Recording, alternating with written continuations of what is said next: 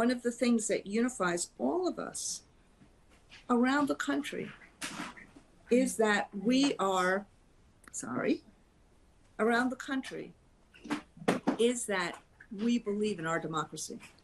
We want it strengthened, we want it empowered, but we believe in it.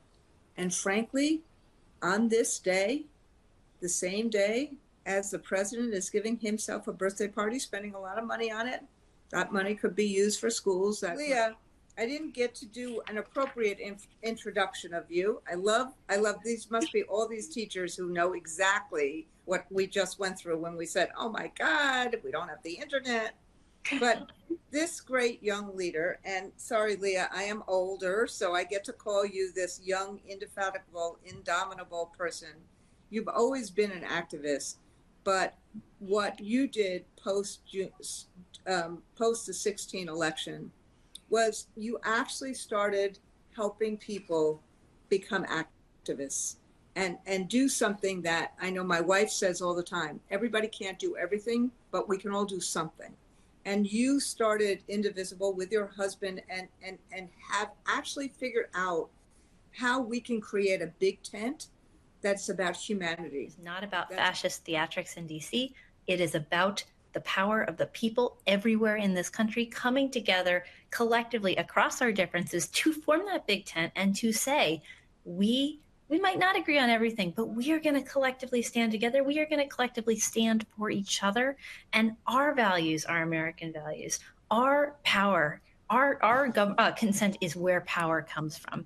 And that is the thinking behind No King's Day. We've been proud to work in partnership with our friends in labor, with our friends in civil rights and immigrant rights, with veterans, with faith leaders, to try to build something that is an invitation to anyone who knows that what is happening in this country right now, what is being done to our people, to our communities, is wrong. And that we can come together, hold each other up, and have a day of joyful, peaceful defiance of what Donald Trump's message of strength in DC. So that's the basic idea behind it. You might be asking, what is it though? So right now, No King's Day is 1,800 events. I think we'll hit 1,900 today, all over the country, in every single state. We got a lot of coverage. You are probably within 30 minutes of an event wherever you are. If you are not, consider yourself invited to host and run your own event. But it will be all over the country. On June 14th, we will be gathering together for a community experience, for a show of defiance, and for to be in community with each other, and to reaffirm the values that we hold dear. You can find your local event at nokings.org. You can look it up at your zip code. You should be pretty close to one. And we are hoping to have a really impressive turnout, because we believe that this is a moment when it is crucial for the American public to see that the opposition for every decision maker, for everybody who is deciding whether they're going to go along with the Trump authoritarian regime or push back, to see that the opposition is big, it is bold, it is powerful, and it is everywhere. And we can do that. So we hope we'll see you there. Thank you so much, Leah. And part of what all of us are doing now is, in some ways, this event, I think a lot, Leah, about what just happened in South Korea, which is that a president called for martial law and basically disabled all of the work that was being done by their Congress. Now, this is a newer democracy, but what ended up happening is that the people gathered night to say, no, that's not what we want. So, and I, and particularly after these last few weeks of the threats of the army, the military, basically the bullying, I think what we're seeing is that people, that's why I saw that, even after what happened in LA, there's 100 new events. People are basically saying, and I just wanted to have this conversation with you, people are basically saying, what can I do? What can I do? how do I show that this is what I, even for the Trump voters, that this is not what I voted for? I want a president that actually makes things better for us, not somebody who's throwing himself a party instead of helping the people, and a military party, and with all of what that shows, instead of doing the kind of stuff that we're trying to do for people. So I think that when you started thinking about, and I remember those first conversations, this No King's Day, when you started thinking about April 5th, when we started thinking about March 4th, all of these were about how people kind of come together to actually say, no, this is not what we wanted. The people are the most important decision makers in the country, not a king, not a dictator, not somebody who wants to do that.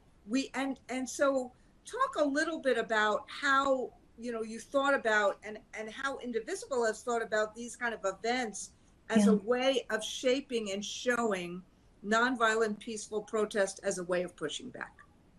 Absolutely. Well, let me start by saying we've got an analysis of what's happening, which is that Donald Trump is systematically pulling pages straight out of the authoritarian playbook, right?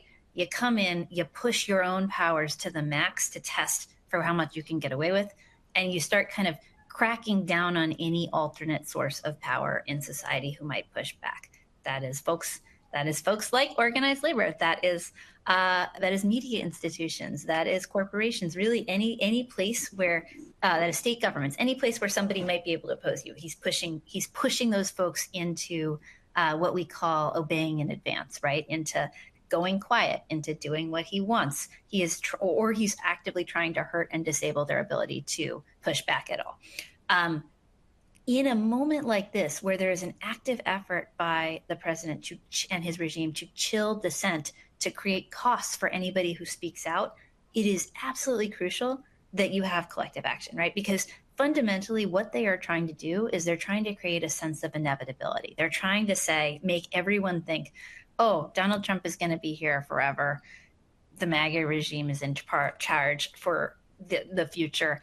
I better just make the decisions that I can to go along to get along. I better keep my head down. I better do what they want, etc. That is a rational decision for anybody who thinks that these folks are going to stay in power permanently. That's what I say when I mean they have to create this illusion of inevitability. And it is an illusion. It is a lie. Their power is so much more brittle than they would like you to believe. Their power fundamentally is dependent on all of us actually agreeing, actually obeying, actually going along with them. If we collectively organize, if we collectively expose that lie for what it is, then we are going to be in a completely different position, and they are not going to be able to get away with the things that they're trying to do. That is why we think this is so important. And the fact that this is coming at a moment when they are illegally sending troops into California, into Los Angeles, where no one wants them to be, intentionally attempting to escalate in order to justify broader crackdowns on dissent, that makes it so much more important for all of us collectively to be in solidarity with Los Angeles, in solidarity with our immigrant friends and neighbors, in solidarity with basic American values, right? Because again, we already had this conversation in this country. We decided that we don't have kings 250 years ago. We're really clear on that. It's kind of our founding thing. We're not going to stand for it now.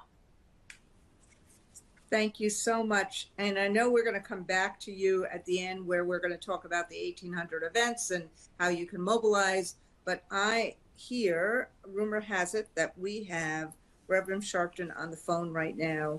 And I just want to say, this is one of these, for this, not just this protest, but for America to have a multi-racial democracy. The civil rights movement, from when the civil rights movement engaged and involved. And there's no one better to talk about what this means in terms of when there's a front on democracy, when there's an inability to have a voice, when you have a dictator or a king instead of a president. There's no one better to talk about what that attack and assault on freedom is, and that assault and what it means in terms of justice and decency and humanity and opportunity, then somebody like Reverend Sharpton, who had started, you know him as, or some of you know him as the anchor of Politics Nation. I know him as the president of the National Action Network, NAN, as a reverend in New York, as someone who has actually made sure where there is an injustice, he is on the ground to fight for justice. So, Reverend Sharpton, talk about why you're involved in this, why this moment is different than in some ways any other, and why you've lent your name to this No Kings protest. Well, thank you, Randy, and thank you for your bonding on many critical issues down through the years we've worked together.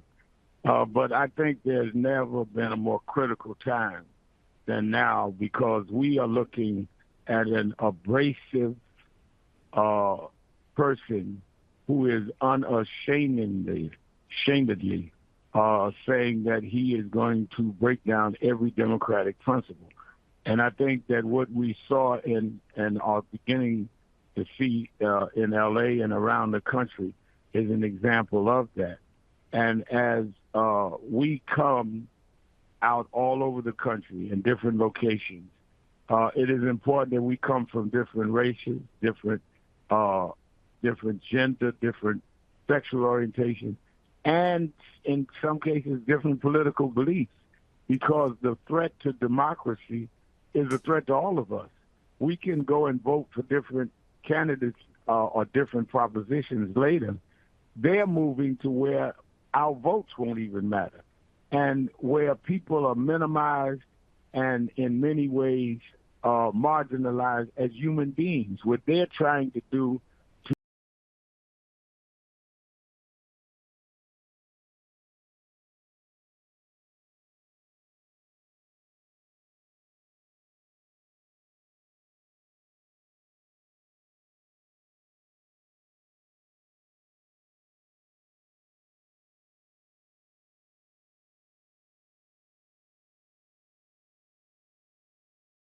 marginalized as human beings. What they're trying to do to that reminds one not only of a dictatorial regime, reminds me in the Bible of something like Nebuchadnezzar. I mean, this goes back to the days of Roman chariots. And for there not to be an outpouring of people that is diverse, I think is something that we could not have history say we didn't rise to the occasion. I also think it's important that we embrace publicly that we don't have to agree on everything to be disagreeable. We agree on democracy. We agree what he is doing is trying to be a king, and we agree we're not going to live under a king. And I think that is for the health of this country. The fact that people are organizing despite what they've tried to do in terms of suppression in L.A. is a good sign. But we've got to come out and force peacefully. We can't play into what he wants. He wants to play into violence. But we need to do it in an unabashed, unapologetic way. It's time for everybody to stand up. This is not a time for come to my thing or come to your thing. This is all of our thing. We have to rise together. And I'm happy National Action Network is a part of it.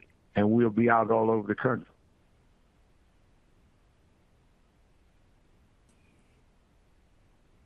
Oh, thank you so much.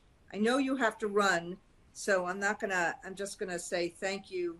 And I think what you just said, Rev, about we don't have to agree on everything. I mean, we often get into a situation these days, if we don't have like a list of 40 things that we agree on, then all of a sudden we can't be in each other's community. And this is really important. We don't have to agree on everything. But the one thing that has been an enduring quality of this country is that we have a democracy. We have 3 branches of government. We are not ruled by the military. We are ruled by a system of laws. We're not ruled by one. We are ruled by the people through those 3 branches of government, with the separation of power of the states and the federal government. And I think that this is that kind of moment where conservatives and liberals, it doesn't matter if you're right, left, independent, this is a moment that it is about the people, just like in South Korea, to save the ability to have the disagreements with each other. And I think that's really, really, really important for a really important observation. And it's also really important that it has to be, you know, people of all ages. It has to be. And I think that that is what makes this moment so, so, so important. And the split screen so important. So I really, really appreciate you saying that, Reverend Sharpton, and I can't wait to see you on Saturday. All right, thank you. Can't wait to see you. Thank you. Thank you. Thank you, my friend. And speaking of someone who actually really understands this to an art form is the governor of Kentucky, Andy Beshear. Governor Beshear is a Democratic governor in a state these days that doesn't often vote for Democrats. In fact, I often remember that being with you, Governor Beshear, in October, I think, when we were fighting for public schools and fighting against that voucher initiative that was going to take, basically defund the public schools. Mm-hmm. What essentially happened is every single county voted against the vouchers, even though virtually all those counties, and we won, and those counties voted for Donald Trump. And so you actually have done so much to find that through line about the values that you believe in, the values the state believes in, the kind of social contract from FDR on about how we try to create that social contract of Medicare and Medicaid and Social Security and good jobs and affordable housing and decent schools, and how you've made it, you have kind of transcended the line between Democrat and Republican in terms of that. And it's so great to have you on, because I thought it was really important to have you on talking about why this No King's Day is so important. And you also, look, I watched you in a state where over and over again, the work you do has really, the people of Kentucky see that work, value that work, and in some ways you are singular in this country in being able to transcend what is a very, very divided society. So tell us why you're supporting No King's Day, and how you do this work, and how we bring community together to expand the tent to make sure that we're fighting for the values of America.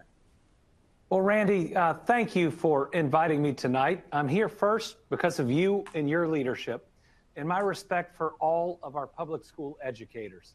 I am 100% pro public education every day, every minute, every week, and every year. And I am proud that even in a year where Donald Trump won Kentucky by 30 points, we defeated an anti-public education amendment by 30 points on that same ballot. And what that says is that people aren't as political as we think. And the way that we re-earn the trust of the American people is basically to show them that we're focused on what's most important to them. So when people wake up in the morning, they're not thinking about their political party, and they're not thinking about the next election. They're thinking about their job and whether they make enough to support their family. They're thinking about their next doctor's appointment for themselves, their parents, or their kids. They're thinking about the roads and bridges they drive every day, and they're thinking about that public school they drop their kids off at. And then they're thinking about whether they feel safe in their community. And what we need to make sure is that, yes, we are standing up to this administration. We're standing up to them not living by the rule of law, but that we're also saying that we are for something and not just against someone. We can do both at the same time. And if we do that, and if we show each and every educator and their family out there, and everyone else who's listening tonight or who might watch this, that we are willing to be the folks that stand up for everyday Americans, that think that things cost too much, that are struggling to pay the bills, and tariffs are making it harder. If we're the people that are opposing this big, really ugly bill that'll kick 16 million people off their health care coverage, which will lead to people dying, but will also lead to rural health care shutting down. If we show that we're willing to stand up against an administration that would eliminate a Department of Education that might not be perfect, but is so important in so many ways, including certain parts of education that kids who really need our help won't get our help without. If we don't stand up at a time when they're trying to cut SNAP benefits, I mean, my faith tells me we should have enough food at least for everyone. Now, the miracle of the fishes and the loaves is in every book of the gospel, one of the only miracles that is in each and every one of them. I mean, now is the time where we can stand for our values. We can stand for what America stands for, what our families truly need, and we can push back against overstepping. Randy, I think people don't like extremism. And I don't think we have to qualify any side for that. But what we're seeing right now is most definitely extremism.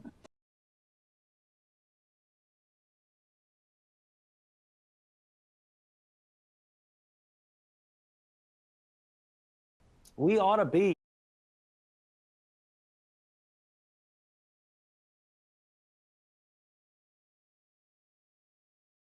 certainly never goes to what we're seeing right now. And I hope a nation that believes that strength is not owning the other side or pushing someone down. It's about compassion. It's about more judgment, more love and less judgment. In many ways, to me, it's about that parable of the Good Samaritan, where the Good Samaritan lifts somebody up and doesn't kick them while they're down. And that's the type of example that you and all of our public school educators show every day. That's the type of example that I think we need to live by right now. And it's a huge contrast to what we're seeing coming out of Washington, D.C. So listen, I'm in this right now because I've got 2 teenagers. So everybody, please pray for me. But I will not leave, I will not leave a broken country to them or anyone else. And so let's make sure that we're out there speaking out for our democracy and for our country. But let's also make sure we're doing it in a way to where we can welcome people back when they see this administration has gone too far.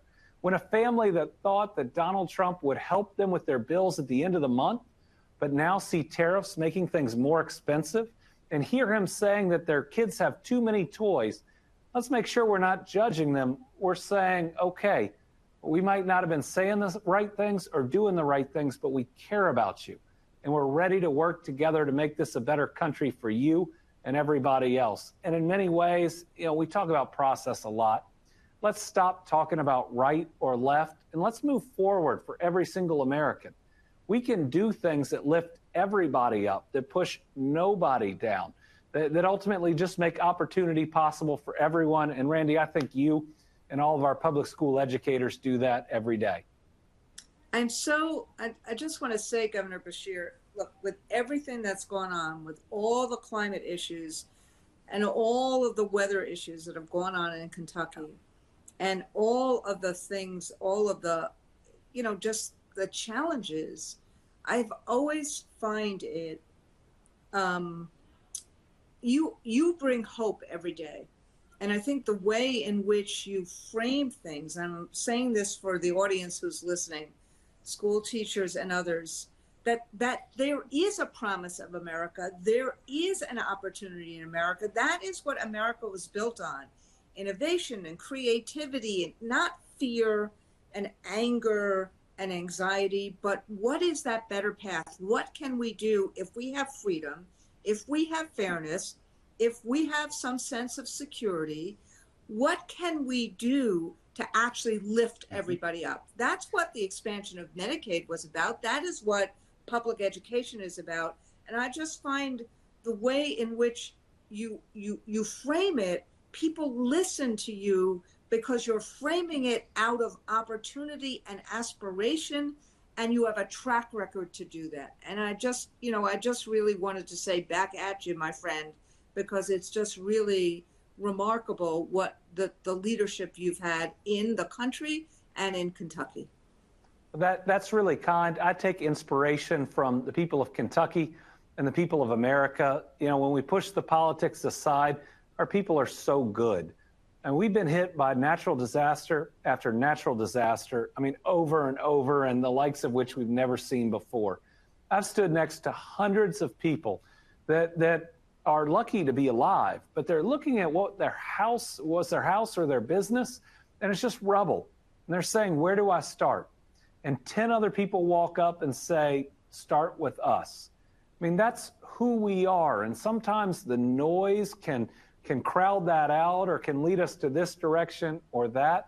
But when somebody is trying to just divide us and to make an us versus a them, that's not who we are as Americans. That's not how we built our strength. That's not how we won multiple world wars. I mean, we are so much stronger together. And when we just say that, you know, maybe some people are a little different than us, but we're not going to judge them. We're going to try to find a way to all live together and to work together. That's when we do really special things. And that's what you all are talking about, I know, tonight. And so, you know, in these demonstrations, we want to make sure that everybody is out there speaking their truth. I hope even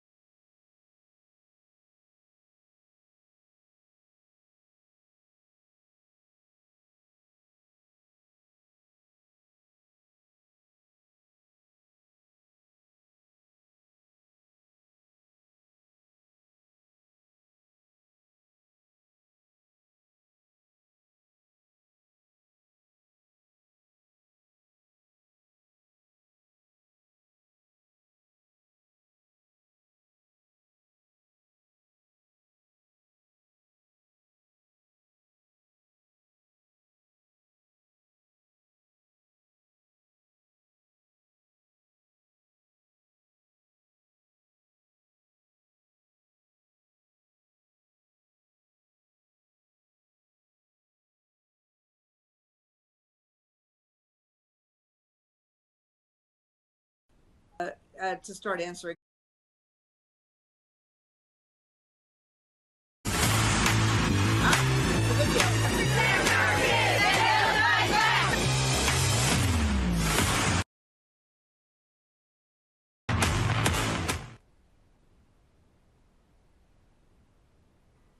That was a very short video. So I want to just you know, there's a couple of questions. Try to see how we can answer some of them. I thought it was really prophetic, frankly, that both Governor Beshear and Reverend Sharpton are both talking about how you can't, this protest, in my judgment, this protest is more important than any of the others that we've had, because it does go to the core of, if we don't have a democracy, if we have authoritarianism, then we can't actually fight about the issues that you and I may be on one side of it, others on the Zoom may be on another side, but we won't have the ability to fight about those issues in the court of public opinion or in the Congress or in government without having a democracy. How do we actually explain to people why the democracy is so important if, civics was so long ago and there's a lot of cynicism about, about the world? How do we do that? I mean, I know how to do it with teachers, but how do we do it with the public? Absolutely. Well, I think the conversation always has to start first with what people care about and what the pain points in their own lives are and what they're seeing and experiencing from this administration. But the story that I think we collectively try to come back to is one about I call it the message triangle, right? It's, they're out of control, right? That's the no kings part of this. They're out of control. They're rampaging unchecked. They're taking the things that we care about, right? They are attacking services we depend on. They are attacking our rights. They are going after the stuff that allows us to live happy, healthy, safe lives in America. And they're doing it for their personal benefit, right? That's the three pieces. They're out of control. They're taking our stuff. They're doing it for their personal benefit. And I think we've got to keep those stories tied together, right? Because fundamentally, they know what they're doing is, and this is how I'm going to get back to your question. They know what they're doing is not popular. They understand that the vast majority of us don't want Medicaid cut. We don't want to see SNAP cuts. We don't want services, LIHEAP for seniors taken away so that billionaires can have another tax cut. And so they are attacking the fundamentals of our democracy in order to get at that, right? And so, or in order to cut out that accountability loop where we can say, no, this is not what we wanted. And that's why, fundamentally, we can disagree on policies, we can disagree on issues, but we've got to actually come together to maintain that fundamental democratic accountability that allows us to even have the next election where we argue it out on the issues. Yeah. And so for us, it's really about braiding together those stories of our personal harm and of the importance of actually having the ability to litigate that through a democratic process. That's really important. I just want to say those three things again. And then there's a question for me, which I will take, and then there's a question for you, which I'm going to give you. That they are out of control, meaning they are beyond what is legally allowed for them to do, whether it's the norms of democracy or whether it is the actual words. Like, you can't put somebody in jail without due process, whether they are a citizen or whether they're just in this country. We have this rule that's been part of our Constitution, frankly, forever. Like, since we won the revolution, due process, habeas corpus. So that due process, it's not voluntary.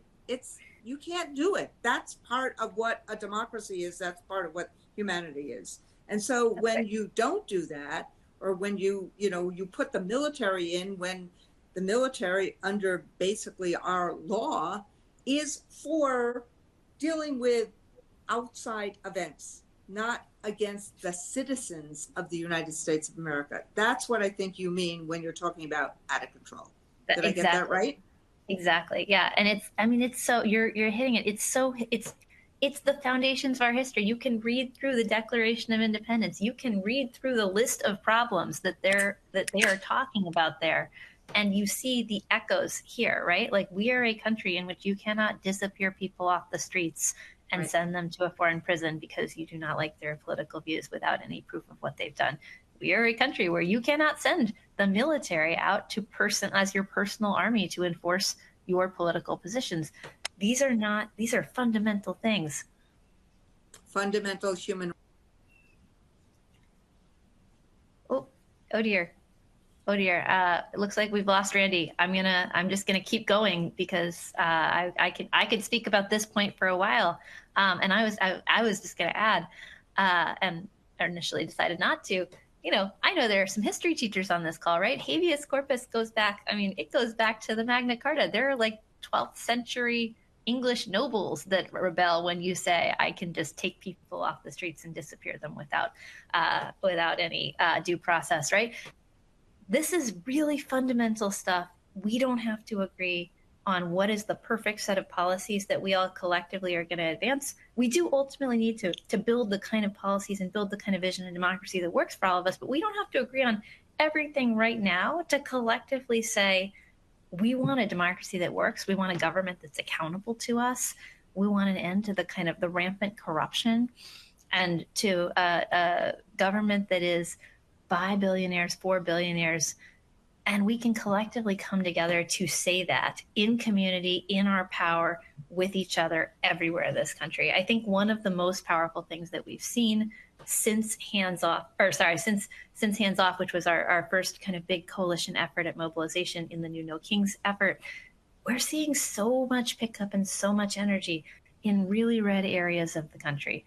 There are dozens of events on the books in Wyoming, in Montana, in Nebraska. We are hearing from people all over, from small towns, from bigger cities, folks who are collectively energized and who, in putting that event on the map, are finding that there are way more people than they expected.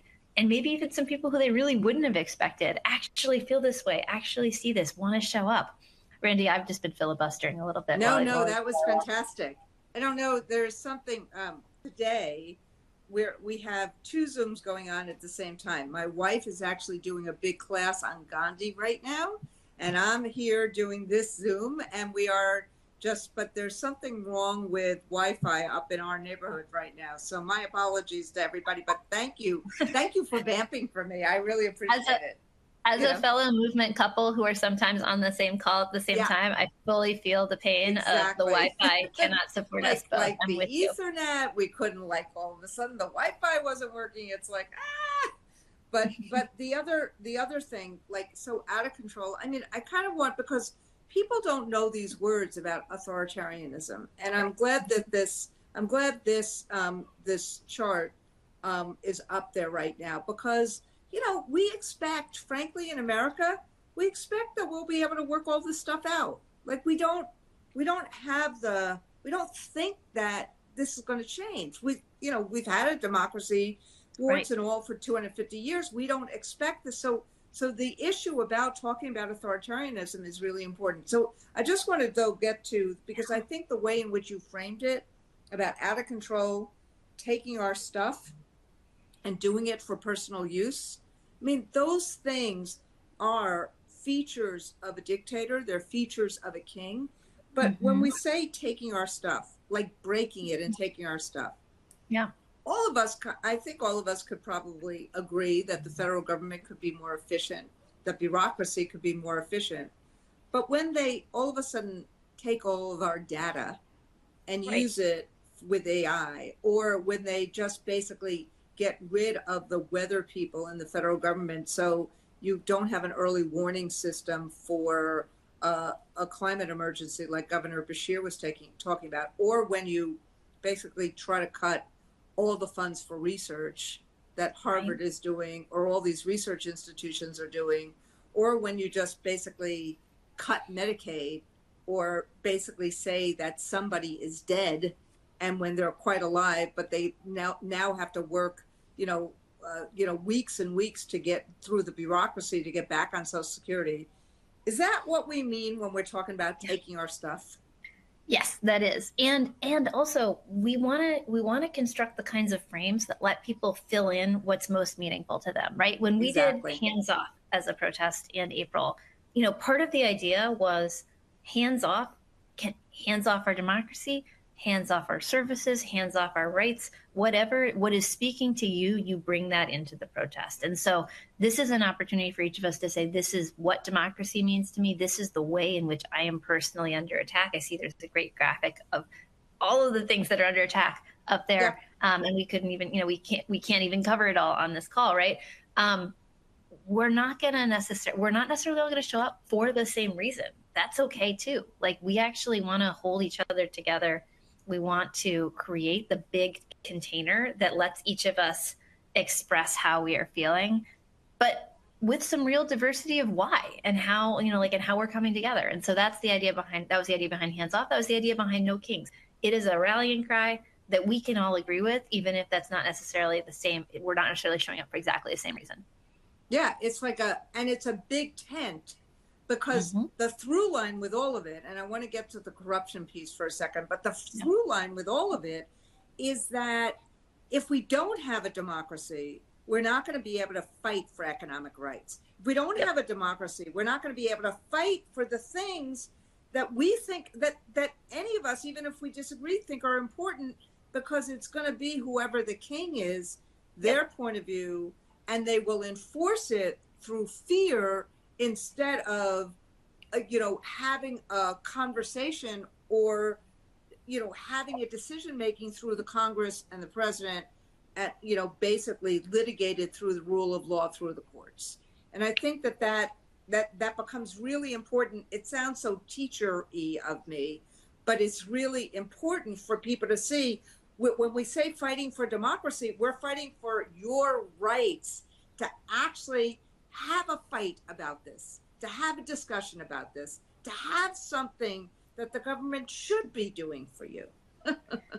That's totally right. And I think it's also just worth noting, like, there's not a contract, there's not a tension between the economic part of that story and the democracy and rights part of that story. We have the data from around the world, right? Countries that are autocracies, they have much higher levels of income inequality. They have drastically higher levels of corruption.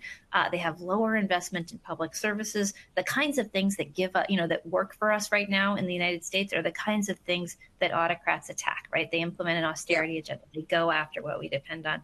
There's a reason that new democracies like South Korea are relatively newer democracies, places that have a muscle memory of having been under authoritarian control.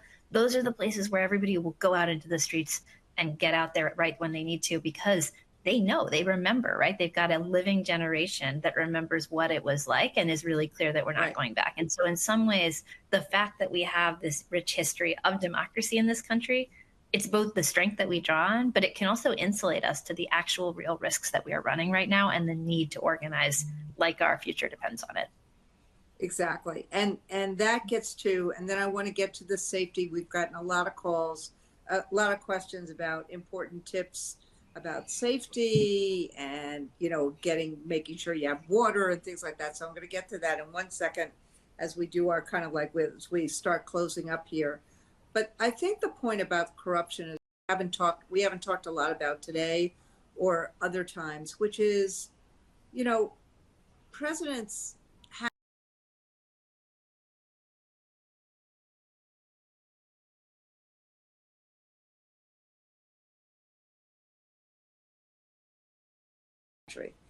doing things that are always about a personal use instead of being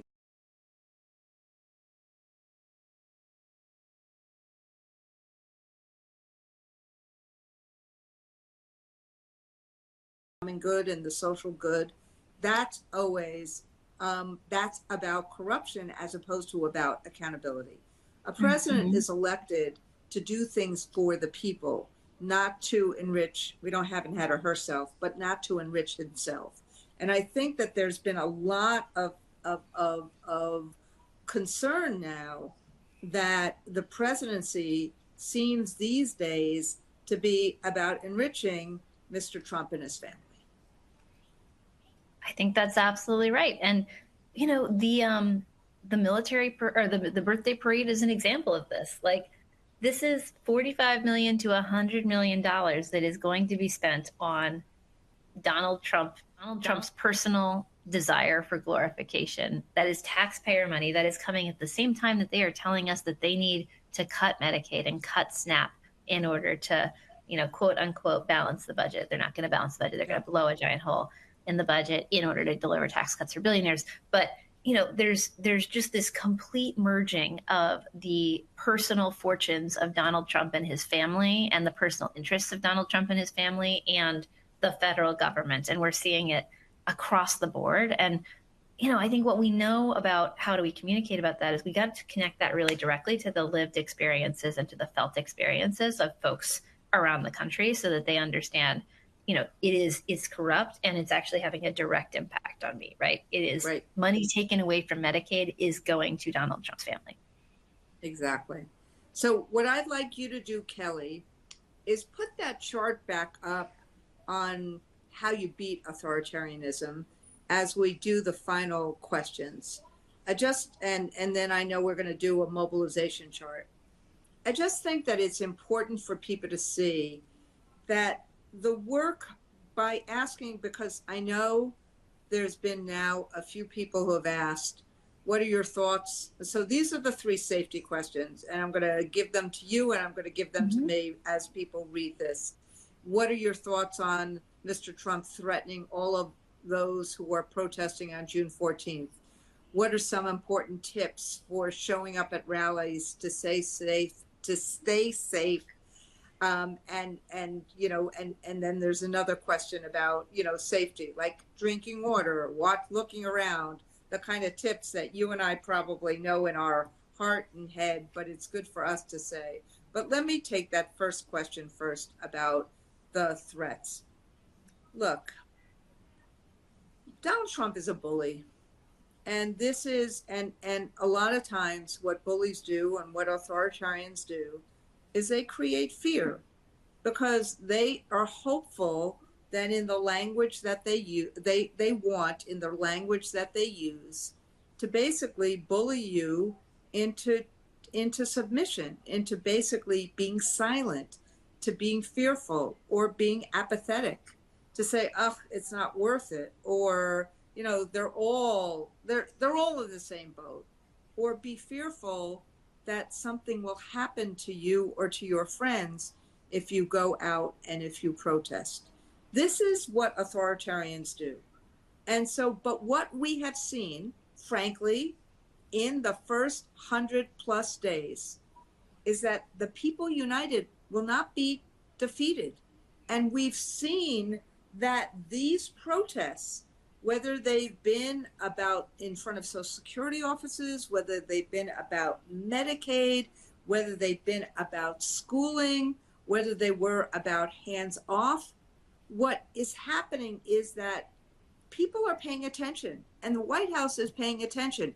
They don't want the split screen. That's why you're seeing the threats. And frankly, I think that's why there was the overreaction in LA to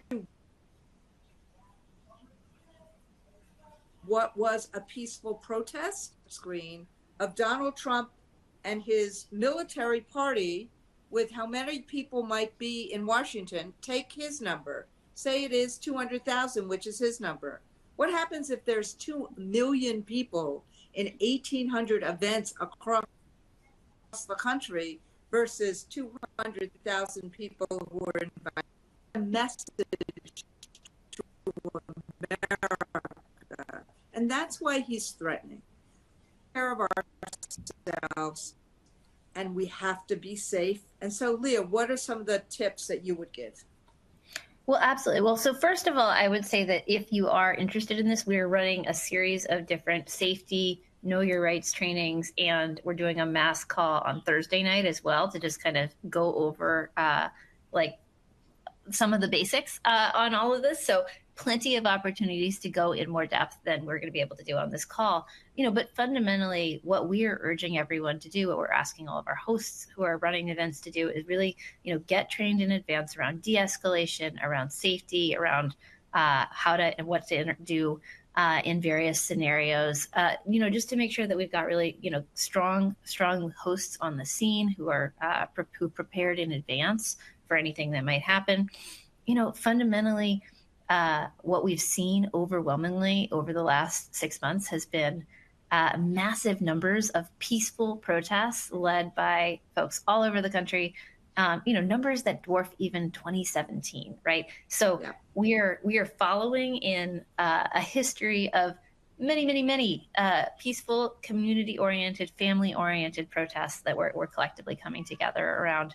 And it's important for each of us to maintain clarity on our commitment to strategic nonviolence and to really making sure that we are coming together in a way that creates and supports each other's safety. And also, fundamentally, this is, as Randy, you said, like, when a bully says, I'm going to threaten, tries to threaten you to make you not do something, you can't back down in that moment. And I think people know that. Like, we've had RSVPs spike since the weekend. We have had, a large number of new events. We're now at more RSVPs than we had for hands off. And it's still 3 or 4 days to go. We know that a lot of people right now, they are responding to the threats by saying, well, I got to make my plans for Saturday and get out there. So exactly right. Be in good company. Go in a group. Don't go alone. Be with other people. Have your friends. Have a community. Don't do this.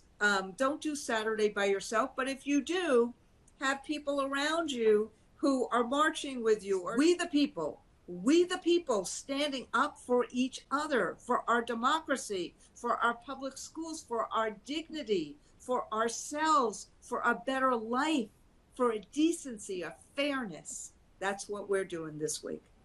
Any final thoughts? I just want to express again my gratitude to you, Randy. I think that we are having this day in large part because AFT was such a committed partner, planner, visioner of what was possible. And so we're really proud to be working with you. We're proud of the entire incredible coalition that we've assembled, but we're just enormously grateful to AFT for all that you've done to make this possible. And I'm going to say the same to you, Leah. We are enormously grateful for what Indivisible did, yes, in 2017, but it's really, really important because you're answering the call for a lot of people who are not in a union. I mean, I know that, like, I've said that on our town halls before. My wife, Sharon Kleinbaum, has, started a program called The Beacon for people who are not in unions, who are saying, what can I do? How can I help? How can I show what I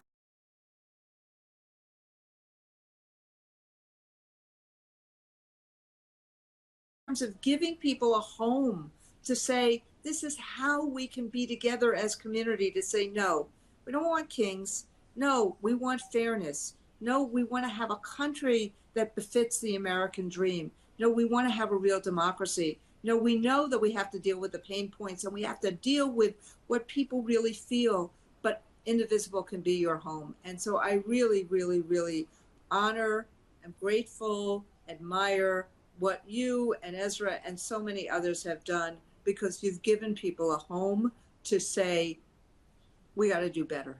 So thank you. Thank you.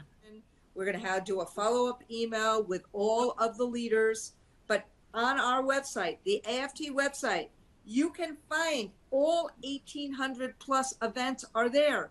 You can find an event. Go with a friend from school. Go with, go with other people. Do whatever we need to do, but be out there on Saturday, standing up for our democracy as Donald Trump is partying with the military, with his military party. So can't wait to see all of you on Saturday. Can't wait to get all the pictures. Can't wait to show off all the pictures. And thank you, everybody, for everything you do each and every day. See you there.